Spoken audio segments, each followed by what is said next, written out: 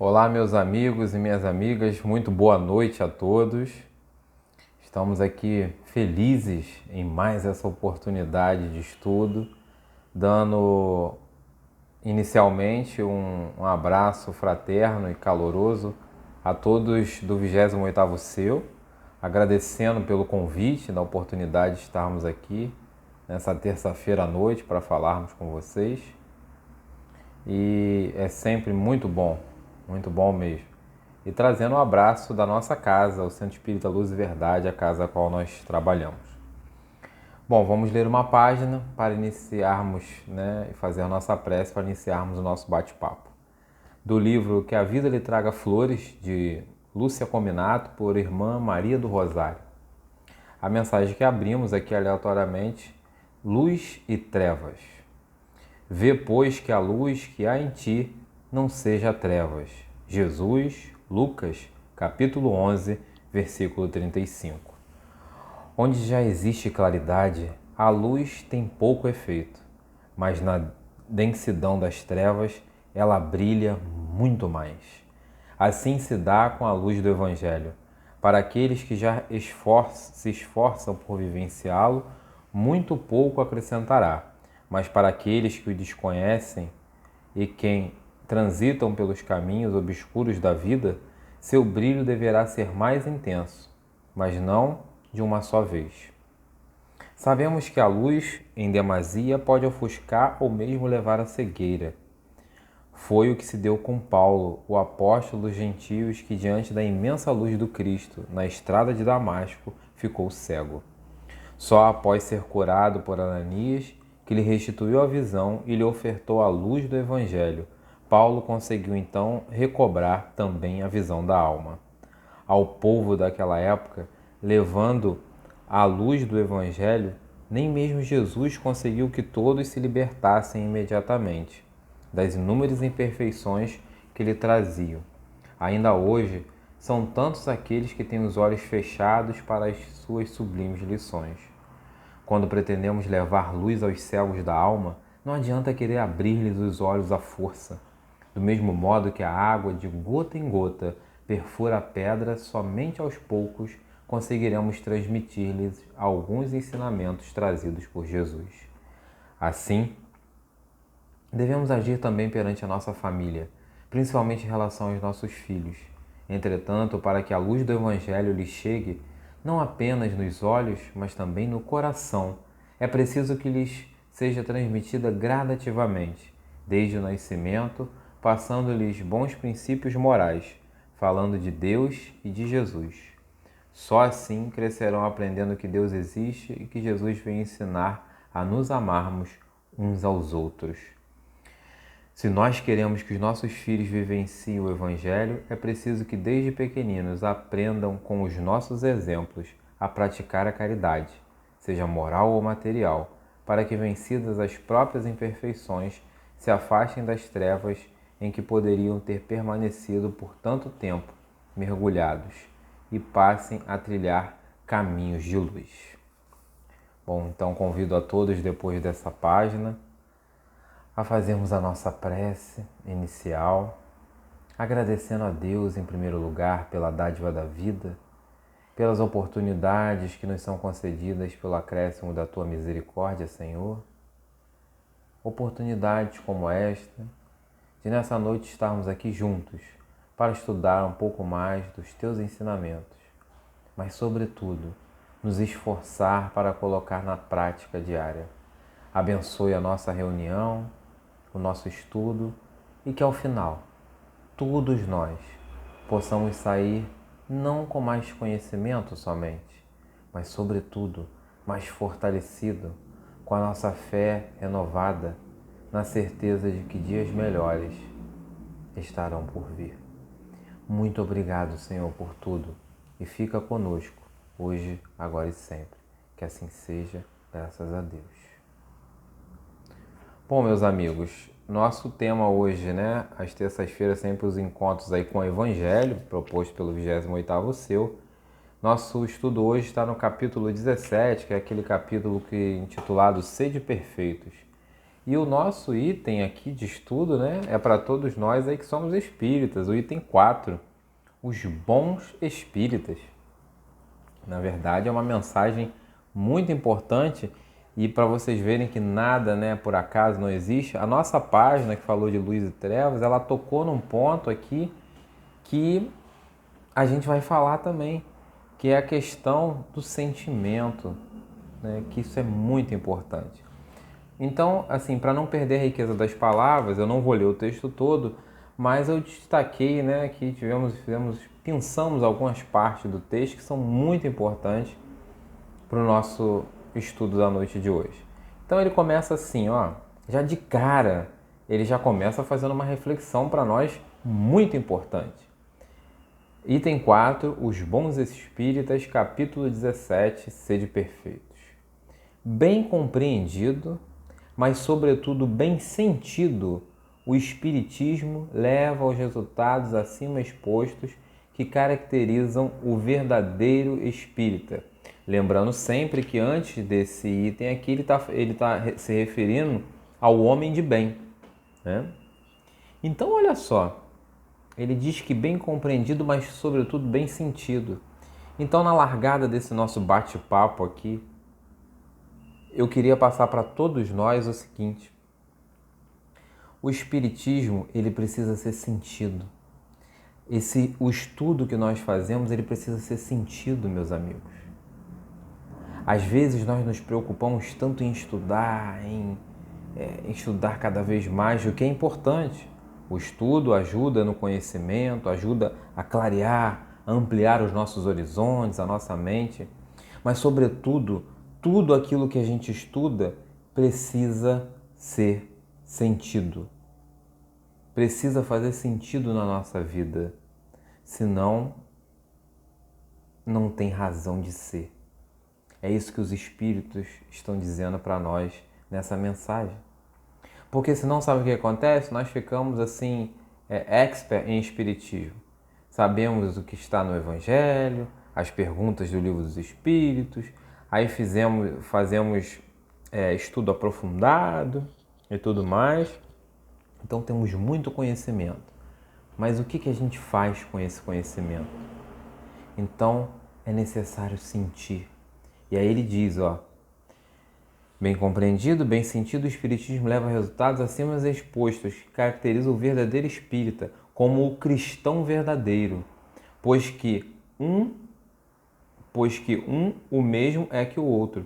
O espiritismo não institui nenhuma nova moral, apenas facilita aos homens a inteligência e a prática da do Cristo, facultando a fé inabalável e esclarecida aos que duvidam ou vacilam.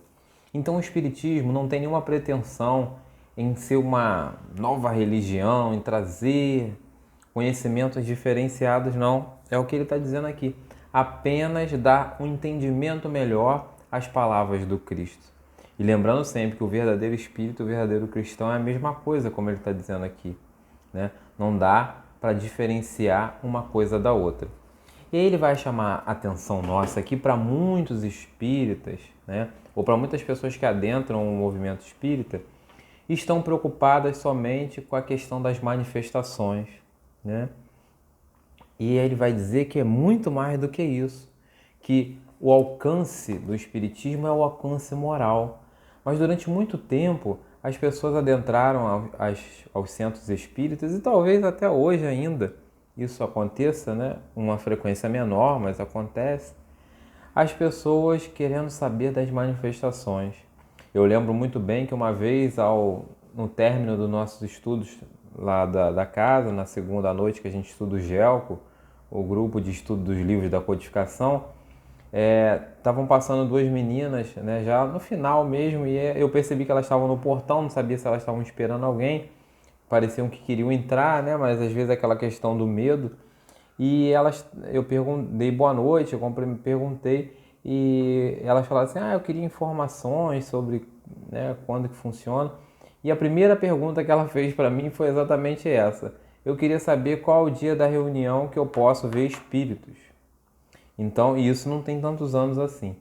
Então, só para a gente ter uma ideia que ainda tem muita gente que acha que a doutrina espírita é somente para isso. E aí ele vai dizer nesse texto aqui da importância, né, da gente perceber que é muito mais do que isso.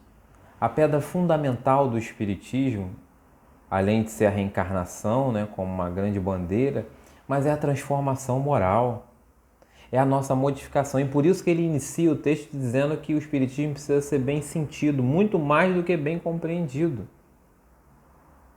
A gente precisa sentir.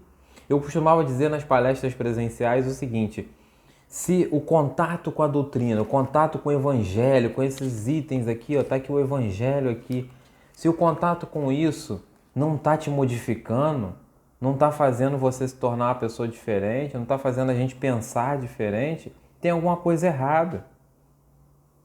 Tem alguma coisa errada. Eu brinco até, né? Assim, não me chama mais para falar, então, porque a nossa fala não está fazendo efeito, né? Brincadeiras à parte. Por quê? Porque não tem como você estudar isso aqui e alguma coisa não modificar em você. Não tem como. Não há pessoa que seja tão de pedra assim que ela não consiga ser tocada por esses ensinamentos. E vamos e convenhamos, né, meus amigos? Nós estamos aqui buscando o nosso crescimento. Todos nós queremos nos tornar melhores.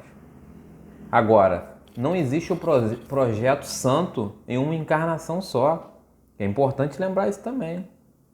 Porque tem gente que acha que vai se tornar santo numa encarnação só, né? Ah, conheci a doutrina espírita. Aí eu faço todos os estudos, todas as obras, isso e aquilo, e vou me santificar. Não. Primeiro que a proposta para nós ainda não é essa. Ninguém está aqui para virar santo, né? Um dia nós atingiremos sim graus maiores, vamos evoluir, porque o nosso objetivo é a perfeição. Mas a gente nessa encarnação tem um objetivo que é se tornar um pouco melhor do que aqui a gente chegou, deixar um legado, deixar algo de positivo. Então o grande objetivo do bom espírita é a sua transformação moral, é o seu crescimento, é aquilo de bom que você pode deixar. Muito acima dos fenômenos está a nossa reforma íntima, a nossa transformação. E aí quando eu falo de reforma íntima, eu lembro de Hermance Dufour, no livro Reforma Íntima Sem Martírio, no qual recomendo a leitura. Hermance Dufour, para quem não sabe, foi uma jovem, uma médium jovem que participou na codificação. Allan Kardec utiliza a Hermance Dufour como uma das suas médiuns. O filme de Kardec até retratou uma passagem com a Hermance, né? Mas na Revista Espírita, nas edições da Revista Espírita iniciais, 1859, 1858, existe a participação, mostra ali que o Kardec utilizou de médiuns jovens e a Hermance foi uma delas. E esse livro da Hermance Dufour, Reforma Íntima Sem Martírio, é muito bom, porque ela vai trazer exatamente reflexões importantes, mostrando a importância da nossa reforma íntima, do nosso crescimento, mas sem se martirizar. Porque muitas pessoas também acham que a reforma íntima ela tem que ser sempre martirizada, ou seja, eu tenho que sofrer, eu tenho que passar por dores atrozes, por muitas dificuldades. E aí eu pergunto, aonde que na codificação está escrito isso? Isso é uma interpretação nossa. E aí a importância do estudo é muito grande. Porque quando a gente não estuda, a gente faz interpretações equivocadas e interpretações que são individuais. E aí, meus amigos, nesse momento não importa. Eu estou aqui hoje sendo um instrumento da doutrina espírita. O que o Allan pensa, parece meio forte que eu vou falar para vocês agora, não interessa para vocês, né? Eu não estou aqui para dar a minha opinião. Eu estou aqui para ser um instrumento daquilo que nós aprendemos na doutrina espírita, daquilo que os espíritos nos trazem para nós. Então, o cuidado também, quando a gente for falar para os outros, que a gente deixe bem claro aquilo que é do espiritismo e aquilo que é o que eu acho. Só que quando a gente está à frente para falar para alguém, a gente participa de curso de expositor, né? Já fizemos aí alguns trabalhos em algumas casas, a gente sempre deixa claro isso. Não, naquele momento, não está sendo levado em conta aquilo que você acha, mas sim aquilo que os espíritos estão trazendo para nós. Por isso que o estudo é muito importante. Então, a doutrina espírita traz como a sua pedra fundamental o seu crescimento, a sua evolução, mostrando que o progresso é algo que não tem como a gente fugir. A lei do progresso, ela acontece quer nós queiramos, quer nós não queiramos. Às vezes a gente insiste em ficar parado, não quer evoluir. Aí vamos lembrar do Livro dos Espíritos, quando ele fala que abalos físicos ou morais acontecem para que o processo de evolução siga. E a gente consegue perceber isso na nossa vida, porque quando a gente fica muito paradão lá, aí às vezes acontecem algumas situações que faz a gente se movimentar, a gente sair do lugar, a gente se transformar.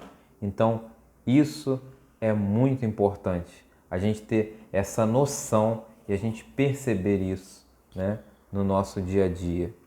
E aí, eu vou caminhar lá para o final da nossa mensagem, onde ele vai dizer assim: em suma, é tocado no coração, né? Ele está falando sobre a mensagem do Espiritismo, pelo que inabalável lhe torna a fé. Então ele já falou aqui em 2 momentos sobre a questão da fé. A fé é um sentimento que a gente não consegue chegar ali na esquina e comprar, que a gente não consegue pedir pelo iFood, pelo aplicativo, dizer, me dá 1 quilo de fé, me dá uma porção de fé. A gente não consegue isso. Então é um sentimento. E o Espiritismo vai nos mostrar a importância dessa fé no nosso dia a dia. E eu queria relembrar aqui agora, falando de fé, de alguns personagens da época do Cristo que nos mostram esse exemplo de fé. Alguns, às vezes, pedimos até perdão de ser repetitivo e talvez em algumas palestras para quem nos acompanha, mas não dá para, quando eu falo de fé, não lembrar, por exemplo, de Jó. E aí talvez você conheça Jó muito mais pela paciência do que pela fé. Não é à toa que as pessoas dizem, fulano tem que ter paciência de Jó, né? Mas Jó também tem um testemunho de fé, porque narra um acontecimento com ele, né? Jó, ele era vamos dizer assim, poderia dizer como se fosse um fazendeiro, tinha propriedades, tinha empregados, e ele tinha 10 filhos. No mesmo dia, a sua fazenda é invadida por ladrões, eles roubam todas as suas riquezas, enfim, os animais, todos os seus funcionários foram mortos, e nesse mesmo dia a casa onde estavam os seus filhos desaba e mata todos os seus filhos. Para resumir a história, só sobrou Jó e a esposa dele. E ele perdeu tudo de uma hora para outra.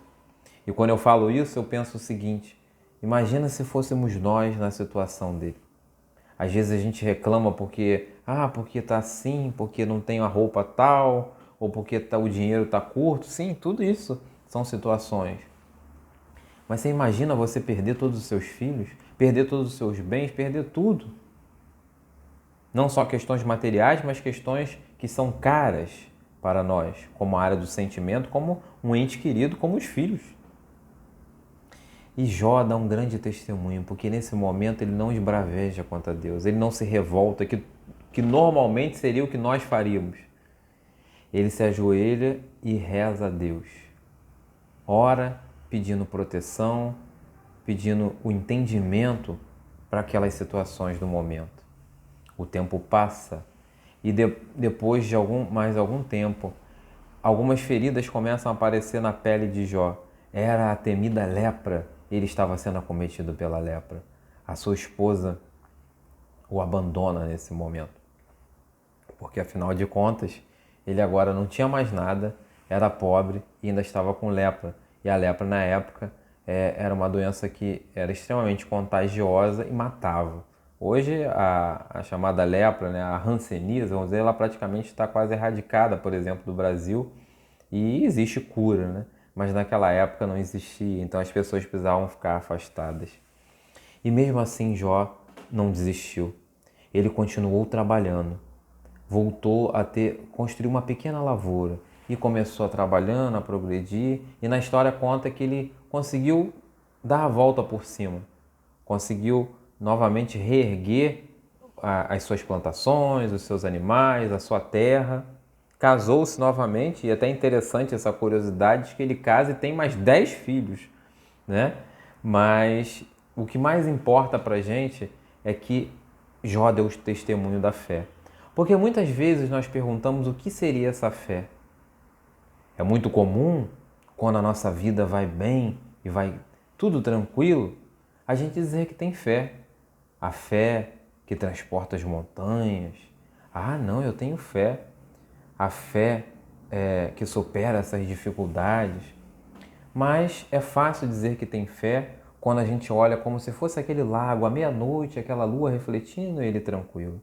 Mas vem a tempestade, vem a reviravolta desse lago e ele fica com ondas, enfim, e ele fica turbulento, e aí é que nós damos o testemunho de fé. E Jó deu esse testemunho nesse momento onde ele passa pela dor, onde ele passa pela perda, não só material, mas moral, espiritual, e ele dá esse testemunho de fé. O bom espírita, como está dizendo a mensagem, é aquele que consegue compreender isso, consegue perceber que mesmo na adversidade você não está sozinho, não está desamparado. A primeira lei moral do Livro dos Espíritos é a lei divina ou natural. E ele diz que o homem é mais feliz quando compreende a lei de Deus e infeliz quando se afasta dela. Compreender as leis de Deus, meus amigos, é perceber os desígnios de Deus na nossa vida. É perceber que tudo que vem ao meu encontro, eu tenho condições de resolver aquelas questões. Eu tenho condições de superá-las. Que Deus não manda o fardo pesado para um ombro que não consiga carregar. Então, compreender a lei de Deus é aceitar esses desígnios. E quando eu digo aceitar, não é se rebaixar, não é baixar a cabeça, não. É perceber que esse Pai é justo, amoroso e bom. E tudo aquilo que Ele manda ao nosso encontro é recheado de justiça. Serve para o nosso crescimento e para o nosso aprimoramento espiritual. Ainda continuando sobre a fé, que ele narra aqui como uma característica do bom espírita, né? Eu vou lembrar de um outro personagem. Eu citei Jó, agora vamos citar um personagem feminino. A mulher hemorroíça. Em algumas tradições ela é conhecida como Débora. A história da mulher hemorroíça é outro testemunho de fé. É testemunho de certeza. E aí eu lembro do apóstolo Paulo, que também foi citado na página inicial, falando sobre a cegueira, né? Paulo diz que fé é a posse antecipada daquilo que se quer, é a certeza das certezas. E a mulher hemorroíça, que sofria de um fluxo sanguíneo há mais de 10 anos, tinha muita fé no Cristo, em Jesus. Só para a gente se situar, o que foi a vida dessa mulher, porque quando a gente fala assim, porque ela passou isso, passou aquilo, né, parece que é tudo muito simples, né? Não. Primeiro que o sangue para o judeu é algo extremamente impuro. Então, essa mulher jamais poderia ser vista em público e se percebesse que ela estava com sangramento, ela corria o risco, inclusive, de ser apedrejada. Então dá para imaginar o que foi mais de 10 anos da existência dessa mulher, tendo que se esconder, porque ela não poderia ser vista em público. Então ela sofreu muito, passou por inúmeras dificuldades. Mas um dia ela ouviu falar que Jesus estava passando por perto de onde ela estava. E ela tinha essa fé, da posse antecipada daquilo que se quer, como diz Paulo. E ela tinha certeza que se ela tocasse simplesmente as vestes do Cristo, ela ficaria curada. Então, como narra as traduções, essa mulher possivelmente foi pisoteada em vários momentos porque ela, diferente dos outros personagens do Cristo, não podia simplesmente aparecer na frente de Jesus, ou alguém não poderia trazê-la, como fez com um paralítico, enfim, seja o que for, e diz assim, Jesus, ele está aqui precisando da cura. Porque, como eu disse a vocês, ela não poderia ser vista em público por conta do sangramento. Então ela vai se arrastando, porque onde Jesus passava existia uma multidão. Ela se arrasta no meio da multidão e com certeza ela foi chutada, enfim. e ela finalmente consegue tocar as vestes do Cristo. Nesse momento, o Cristo para perante a multidão e diz que alguém tinha tocado ele. E Pedro, que estava mais próximo do Cristo, diz assim: Senhor, a multidão te espreme, te comprime. Como saber quem te tocou? E o Cristo diz assim: alguém me tocou, porque de mim saiu uma virtude. Esta mulher, já com o fluxo sanguíneo cessado, se apresenta para o Cristo e diz: fui eu que te toquei. Eu tinha certeza que se eu tocasse nas tuas vestes, eu ficaria curada.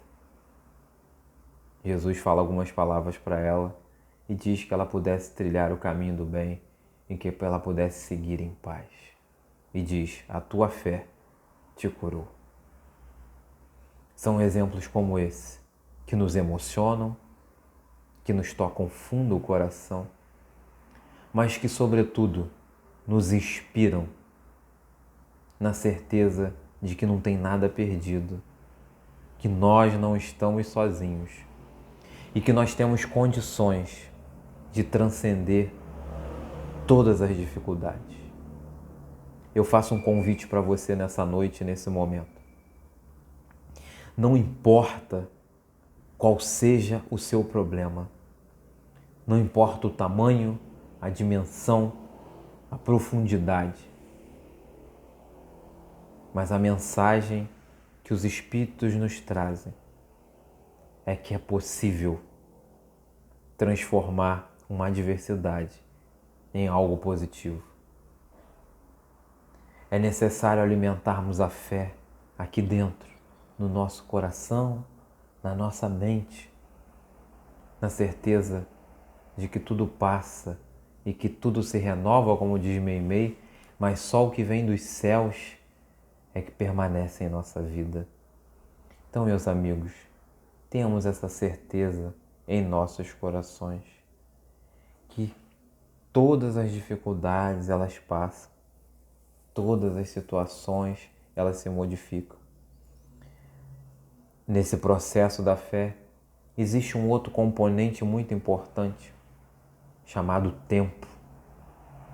O tempo nos mostra que tudo se transforma, que tudo se modifica.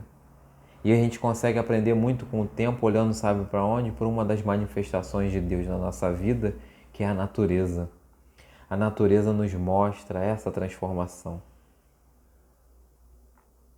Quantas vezes nós vemos num dia, e agora nesse período a gente tem observado muito isso, às vezes um dia amanhece chovendo, aí daqui a pouco o sol sai, aí daqui a pouco chove de novo, aí você pensa, ih, vai vir um temporal. Aí de repente chove, aí de repente faz sol, enfim. E a gente percebe esse processo de transformação. As estações do ano nos mostram isso. O verão, aquele calor, aquele sol, que às vezes a gente gosta, mas quando ele está em excesso a gente já não gosta muito dele, né? E aí vem o verão, vai indo embora, e aí entra o outono, a estação que nós estamos no momento, né? Que o outono, se a gente parar para observar, são uma das estações onde há os dias normalmente os dias mais belos do ano, porque normalmente fazem dias lindos, com céu azul, com sol brilhando, o sol inclusive aquecendo bastante, com uma temperatura até bem elevada, mas quando vai chegando o cair da tarde, essa temperatura baixa e a noite fica fresquinha, às vezes até um friozinho bem de leve, né? E aí depois disso passa-se um tempo, depois do outono vem o inverno, as folhas caem, o tempo fica mais frio, as árvores às vezes secam, mas o inverno vai passar. E aí vem a primavera. As flores voltam a surgir. E aquela árvore que parecia seca e morta aparece dando flores e frutos. É a natureza, meus amigos, através de Deus, mostrando esse processo da renovação e da transformação nas nossas vidas. Assim como ela se transforma, nós também nos transformamos. E o Espiritismo, essa doutrina que nos conforta, que nos consola e que nos orienta, é esse componente, é esse elemento que vai nos ajudar nessa transformação. Lembrando que a transformação é nossa, é individual, é de cada um. Mas é muito bom ter uma ajuda, é muito bom ter uma bússola que dá um norte, que dá um caminho para que a gente possa seguir. Então que a gente possa se inspirar na natureza, nas pequenas coisas do dia a dia, para o nosso crescimento e a nossa evolução. E caminhando aqui para o nosso encerramento, nesse último parágrafo aqui do texto, ele vai dizer, né, depois que ele diz que nós precisamos ser tocados pelo coração, pelo que inabalável se lhe torna a nossa fé, e por isso eu citei os exemplos de fé aqui da época do Cristo. Um é qual músico que alguns acordes bastam para comover, ao passo que o outro apenas ouve sons. Esse exemplo do músico é muito interessante, né? Porque e aí a gente consegue ver na própria natureza. Eu volto e meia nas minhas palestras, convido as pessoas para isso. E vou deixar esse convite aqui para vocês hoje de novo. Observe, acabei de falar aqui da natureza, né? Mas você já parou para observar o nascer do sol? Ou para observar o pôr do sol? Deixo esse convite para vocês. E deixo um convite mais ousado ainda. Se você gosta da natureza, faça o seguinte: um dia tire um momento e vá para o mar, vá para uma praia e contemple o pôr do sol nesse mar. Você vai ver que experiência maravilhosa você vai te proporcionar a você mesmo. Já teve inúmeras vezes que quando, devido à minha agenda, tem às vezes uma certa flexibilidade no meu horário, de eu pegar meu carro e ir para a praia mais próxima que eu tivesse. Simplesmente pegar uma cadeira, sentar e ficar olhando até o sol se pôr. Que energia maravilhosa a gente consegue extrair da natureza.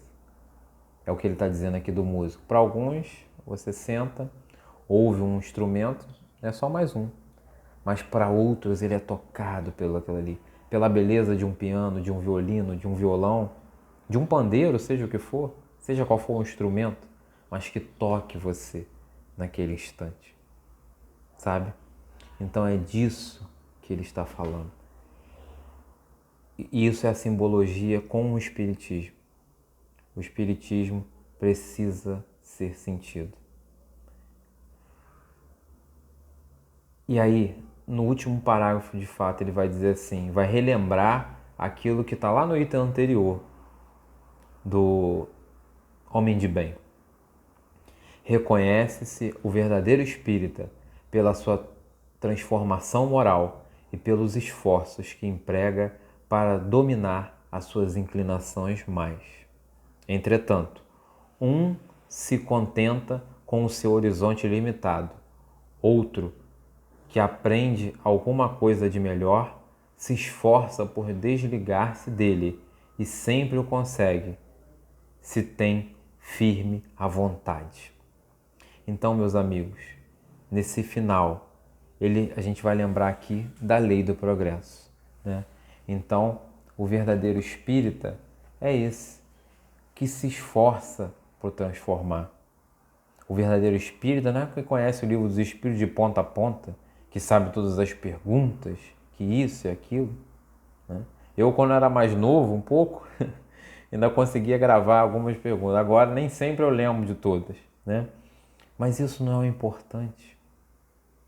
O que importa é o quanto o estudo que eu estou fazendo dessa doutrina está me ajudando a me tornar uma pessoa melhor. Recentemente, o Papa Francisco esse Papa que veio para revolucionar a Igreja Católica, disse num dos seus discursos: o mundo está cheio de pessoas com um discurso bonito. O que nós precisamos é de mais ação, é de mais prática. E eu deixo esse convite aqui para todos nós. Discurso bonito nós já estamos cheios. A gente vem aqui e fala, outros passam por aqui, falam muito melhor do que eu, inclusive.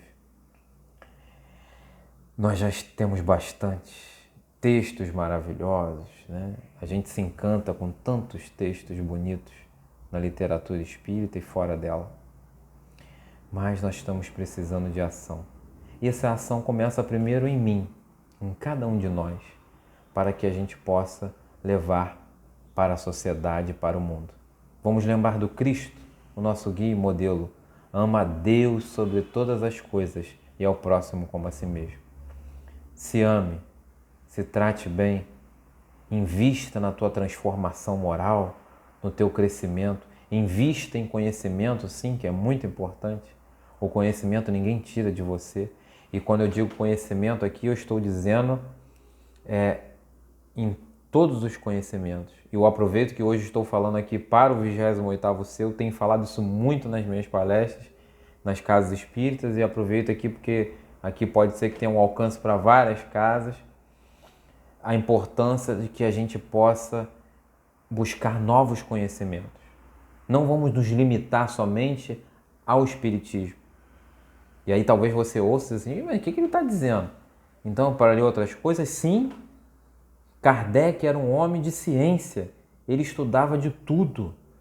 Então a gente precisa sair daqui, da caixinha, como eu costumo dizer. A gente precisa buscar novos horizontes, novos conhecimentos. Então, leia outras literaturas. Eu não estou dizendo que você não vai ler o Espiritismo. Você precisa ler, sim, precisa estudar. Mas não só isso. Vamos ler outras também, outras coisas. Eu tenho feito esse convite por onde eu passo. E tenho feito isso. A cada mês eu tento ler uma obra que não seja espírita. Sabe? Para que a gente possa enriquecer os nossos conhecimentos, para que a gente possa trocar uma ideia com os nossos amigos, não somente de espiritismo, mas de outros assuntos também.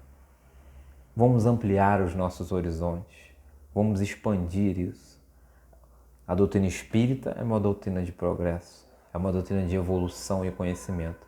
Então, o verdadeiro espírita, para encerrar nosso bate-papo, é esse que se esforça para se transformar. Não é o perfeito, não é o projeto santo em uma encarnação, mas é aquele que se esforça, que luta diariamente para combater essas más inclinações, para combater o orgulho e o egoísmo. E nesse momento onde a gente vive as diferenças no mundo, o verdadeiro espírita precisa ser aquele que compreende a diferença. Que nós possamos saber viver com a diferença.